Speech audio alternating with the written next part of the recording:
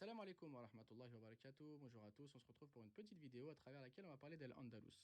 Donc, l'histoire essentielle de l'Espagne musulmane se trouve résumée dans ce livre.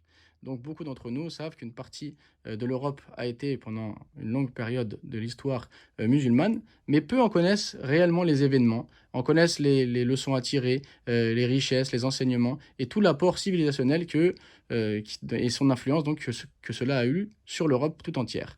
Alors, à travers ces quelques pages, l'auteur, de manière très concise, va nous permettre de découvrir, en première partie, comment est-ce que l'Espagne est devenue musulmane, avec donc le débarquement de Tariq ibn Ziyad et tous les événements qui ont suivi.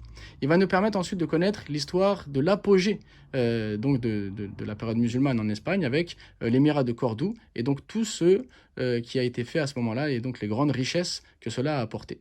Puis, il va nous parler de la période où finalement les musulmans vont se diviser en plusieurs royaumes, donc le royaume des Taïfas, chaque émir luttant contre l'autre. Et donc, ces divergences et ces divisions vont amener donc une faiblesse chez les musulmans qui vont faire que la Reconquista aura lieu. Et la dernière ville à tomber sera Grenade, et donc l'Espagne ne sera plus musulmane à partir de ce jour-là.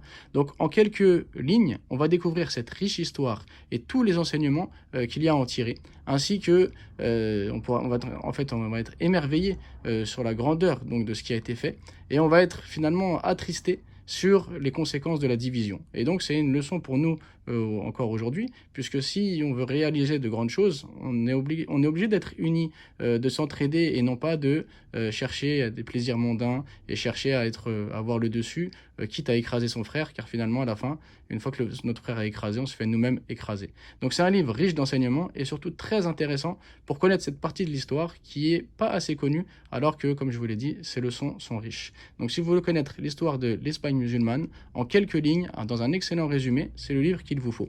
Et si par la suite vous souhaitez approfondir des périodes plus en détail donc, de l'Espagne musulmane, il y a d'autres livres qui se prêtent à ça, et ça fera l'objet donc d'une autre vidéo, Inch'Allah.